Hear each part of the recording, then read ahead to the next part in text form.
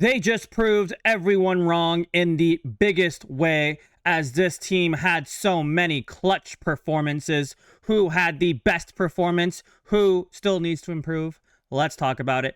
Hi, welcome back to another episode of Padres Digest with your host, Andrew. We are alive for another day. Thank Christ. I was stressed. I think we're all stressed. Welcome to October baseball. But oh my God, did I see some crazy things today. Crazy things. First of all, we won. That's crazy. Second thing, though, we shut out the Cubs with one of the best offenses. Third of all, some of the best pitching I have literally ever seen. Not just like this year. Literally ever seen. So that's also huge. But let's just talk about the biggest thing. Well, let me start with AJ Cassaville, of course, first, because who doesn't? Also, as always, forgot to say, please subscribe. Road to 3K. I'm hoping we can go long enough in the playoffs so that we can do our first Padres Digest live stream. We might do it before 3K. We'll see. But anyways, buttons. AJ Cassaville. Padres 3, Cubs 0. A resilient Padres performance all around. The pitching was flawless. Also, please apply if you'd like. And Manny Machado delivered the big blow. The Padres are the first wildcard team to lose Game 1 on the road, then bounce back to force a winner-take-all on Game 3. That's cool. But let's talk about the biggest thing. Dylan Cease, Adrian Morejon, Mason Miller. Holy crap. So let's start with one of my favorite players on the Padres, maybe even all time at this point, to be honest. 7 up, 7 down for Adrian Morejon. Incredible. Adrian Morejon has almost been a Padre for a decade now. A decade? Oh my God. 2015? Yeah, almost. We've seen it all with his development and battles through injuries. Brings a smile to my face to see him perform at the highest level on the biggest stage. He's been doing it all year long. And he did it yesterday, too. So, does that mean he's not available tomorrow? Honestly, I think Mike Shildt's crazy enough. He'll use him again. I'll talk about what I think tomorrow's going to hold for us. But for right now, Morejon with the win. Look at this performance, y'all. 1 strikeout, but like nothing. Nothing else. For 2.1 innings pitched. 7 up, 7 down. You literally cannot ask more from a relief pitcher than that. I mean, yeah, you could have a Mason Miller type game, but still, that's insane. We've seen it all year, so like I don't think anyone really doubts that performance. It's still really good, don't get me wrong, but this is the Adrian Morejon we've expected for this year, and of course last year. I feel like this year, though, he's been miles better. I don't have the statistics off the top of my head, but miles better.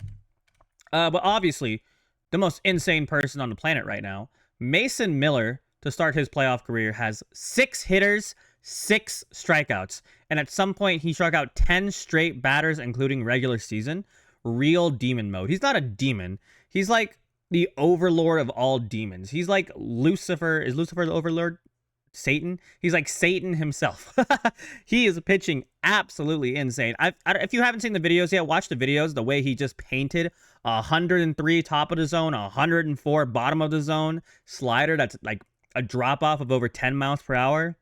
Like, I have literally never seen anyone pitch so well in my life. I mean, I probably have, but let's be honest. That was insane to witness. Mason Miller's 104.5 mile per hour fastball to strike out Carson Kelly was the hardest pitch of his career. Miller has struck out all 6 batters he's faced in his first postseason. And since August 6th, 59.5% strikeout percent, 59% point, why'd they put percent twice? 59.5 strikeout percentage, 0 ERA, 0.46 field independent pitching. That kind of like factors in the field and all that because like Petco Park, Wrigley Field are pitching fields, if that makes sense. And then 122 stuff plus, obviously 100 being average. So he's 22 points above average for his stuff, which means, believe it or not, he's hella filthy. He's only allowed 4 hits in that time period. I have never seen a better pitching performance, I think. Like I said, I keep saying it, and I'm going to keep saying it because it's so insane. I don't think I've seen a better pitching performance in my life from a guy. And, like, he did hit somebody fine, but, like, 5 strikeouts is insane with a 1.2 innings pitch. And then Suarez did some mopping up duty. Like, Suarez, I know he didn't look, like, as good as Mason Miller, but that shouldn't be outshined. I mean, he did get bailed out. I don't want to say he got bailed out. Like, so a pitcher's job is to get outs, right? He hits the ball. If a hitter hits the ball, it's our job as a defense to catch it. So yes, you could say he bailed us out. The defense bailed us out, but also like he put the ball in places where our fielders can make plays. Does that make sense? If you want to call it luck, fine. I'm not. I know I'm trying to defend a little bit. Obviously, I'm not going to say Suarez is as good as Miller and Morejon. He's obviously not, right? But he does the job. He has 40 saves in the season. Like, you can't be bad by having 40 saves on the season. You know what I mean? So if you want to give Suarez crap, sure. If you want to say Mason Miller should be the closer, I don't disagree with you. But I think for right now, I'm happy with Suarez. You know what I mean? But still, look at this. Crazy, crazy stats. But of course, we got to give our flowers to the guy who started it all, Dylan Cease. What number are we on? This one. Dylan Cease left with a 1-0 lead in the fourth. Padres just walked Carson Kelly to set up left-on-left matchup between Pete Crow and Armstrong, blah, blah, blah, blah, blah. We already saw that. Can't ask much more from Cease, knowing you've got this pen, the best start of Cease's playoff career. Can't say it enough, but what a freaking performance by Dylan Cease. Dude put it all on the line and dominated.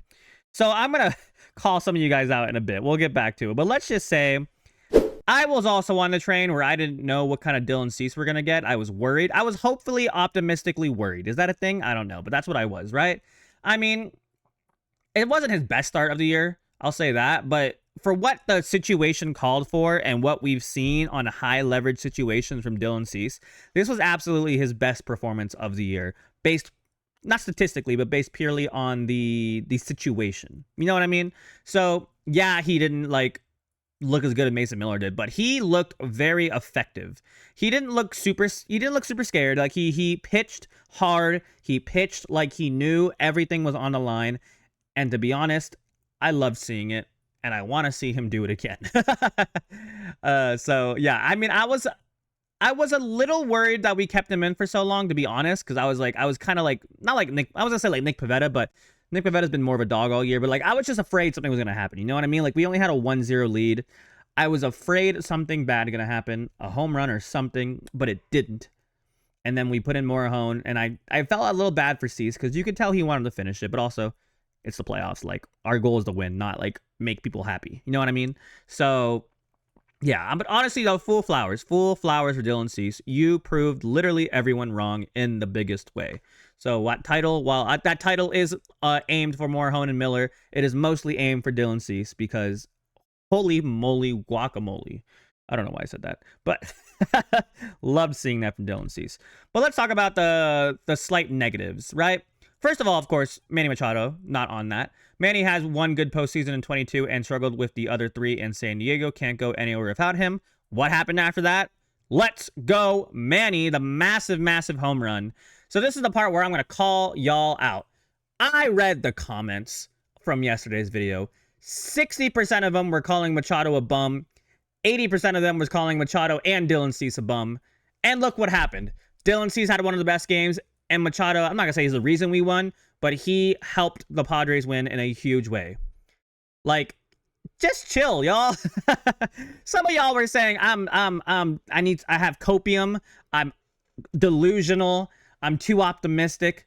Listen, the season's not over. Yes, we have one more game. If we lose tomorrow and you want to give me crap, fine. I deserve it. Whatever. I don't care. But stop just bagging on everybody just to bag on everybody. Let them show up. Like, they, more than you guys, know what needs to be done. Yes, we obviously have the expectations for what we want out of them, but they have higher expectations than you guys do. So take a chill pill, relax, stop making horrible takes on my channel. No, I'm joking. I love reading your takes. But come on, y'all. Just like, take a little breath. You know what I mean? But yeah, such a huge day. But offensively, though, okay, before we get too far, offensively, we're still a problem, right? I'm not going to ignore that. We were 1 for 11 with runners in scoring position. So I will say this. We definitely put the ball into play, right? Like, we weren't striking out. That's fine. We put the ball into play. It was a little unlucky. Dansby Swanson keeps robbing us of runs. But still, it's like this, right? We bunt to put people in the situation to be in runners in scoring position. So I feel like we do enable ourselves to get more runners in the runners in scoring position.